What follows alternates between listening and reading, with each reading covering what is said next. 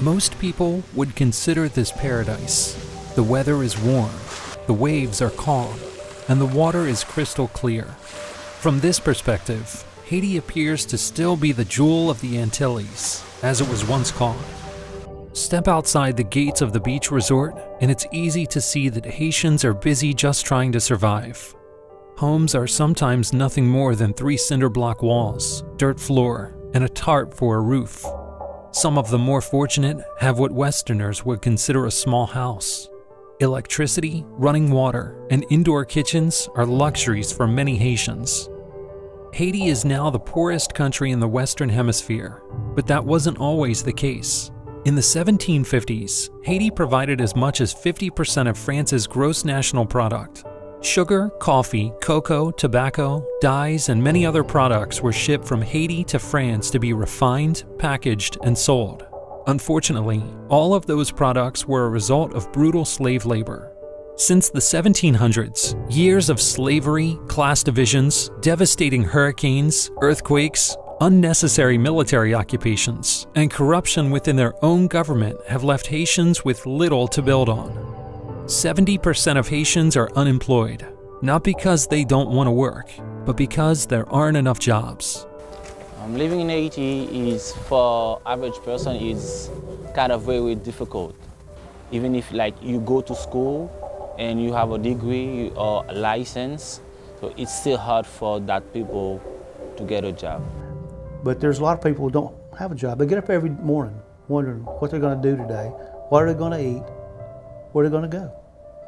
They don't worry a whole lot about tomorrow. They worry about getting through today. Haitians sell fruits and vegetables on the roadside from their own small gardens and accept any and all odd jobs they can find. So what only they can do manual things. Like you will see the workers. You can see in Port-au-Prince, we have a lot of people who carries bucks, big bucks on their heads. So that's kind of the poor people doing, because they cannot say, I'm gonna work in an office just because they don't have education. So situation of poor people in Haiti is very miserable, very, very miserable. Yeah, I make bracelet. I got it 10 little kids, I help in my home too, Those near beaches sell seafood, handmade jewelry, coconuts, or anything else they can craft for vacationers. It doesn't take long to see that Haitians are very proud, hard-working people. They do it whatever way they can do it, and it doesn't matter what the pay is, they just want a job in there. The misery in Haiti is not about food only, but it's about jobs. They need jobs. So how do you help? There are many ways to improve conditions for Haitians. Healthcare and education are 2 places Lumiere Ministries chooses to focus. To describe what we do in Haiti is we partner with organizations. Peace Hospital, Baraka Church in Jacmel, Central Medical Emmanuel, and so we just call it short, CME. Largest organization is King's Hospital. King's Hospital is a 32-bed facility with surgical suites. They're underserved. They really, really need help medically. There was a void there and a need, so we plugged in. For 25 years, Lumiere has strived to provide the necessities to operate, build, and rebuild hospitals, medical clinics, and orphanages for the people of Haiti by sending critical medical equipment and supplies along with scores of trained medical surgeons and staff. Healthcare is one of those things Americans take for granted.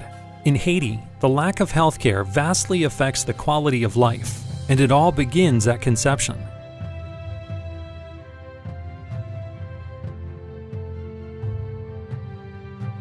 These numbers only reflect the very beginning of a person's life in Haiti. From a physical standpoint, the people's health just deteriorates. The lifespan is much less than what it could be.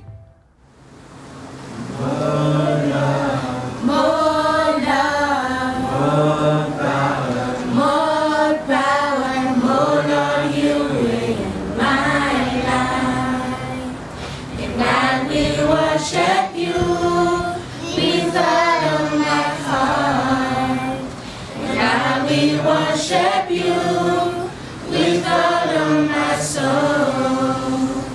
And God, we worship you with all of my strength. For you are my God. You are my God. In Haiti, abandoning your child to an orphanage can be an extremely difficult act of love. When some mothers and families realize they cannot feed, clothe, or provide shelter for their child, the choice to place them in an orphanage is sometimes the only option. On that same campus, just 50, 60 steps away, is another building where we house an orphanage. We usually have between 32 to 35 children there. Most of them are long-term.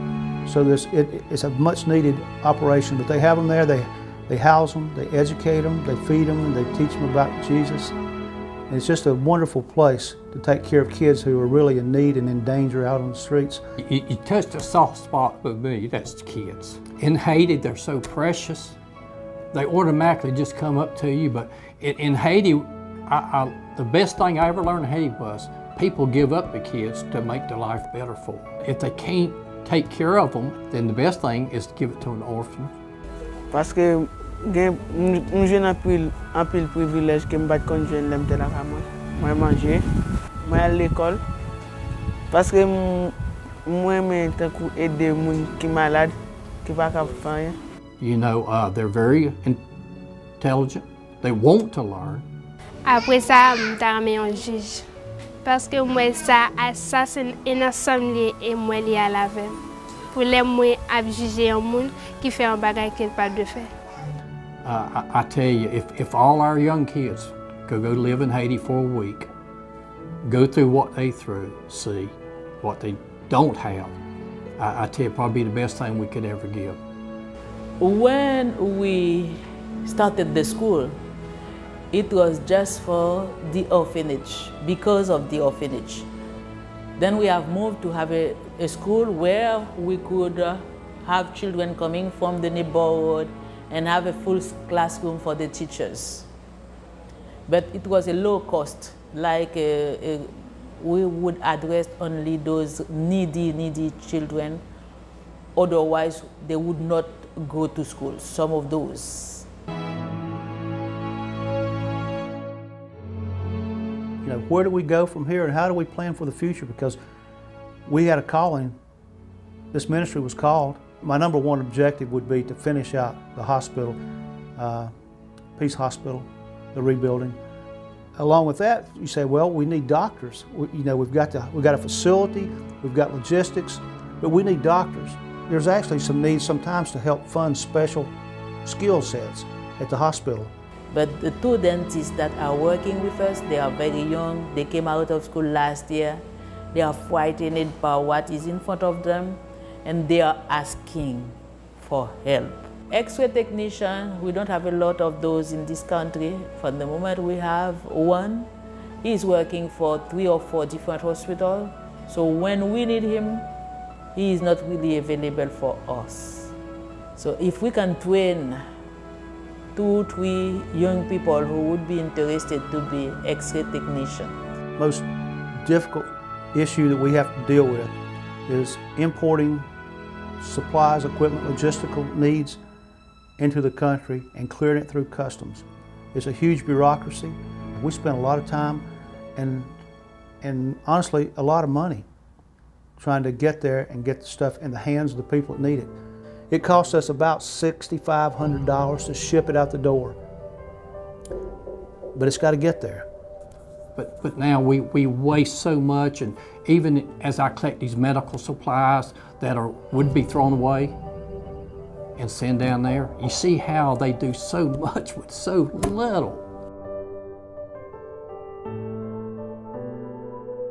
Volunteers are the lifeblood of this organization. If you take away the volunteers, the ministry will gradually just fold up. So if I could reach out and say, if you've had a desire to go on a mission trip, give this a try. Give it a try. Your life will be changed. You'll never be the same again. If somebody wants to go on a mission trip, their first stop should be our webpage or our phone. Go there. There's information. It's spelled out in details. There's guidebooks on the webpage, and we're always happy to talk to people. But Lumiere Medical Ministries is here to facilitate that. So you don't have to have any worries. We have years of experience. We actually have people who are missionaries, full-time missionaries that have retired, who are willing to go back with people and team as a team and lead your team if you don't want to lead it yourself. You'll go there, them little hands will come up, grab your hands, and as you know, every time I leave, part of me stays in Haiti. And I tell you, I've never been loved more than I've been loved by the Haitians. So we want to put light into a place that was dark, bring light into the land of darkness. And the light is Jesus Christ, the light of the world. And from Him, they have hope.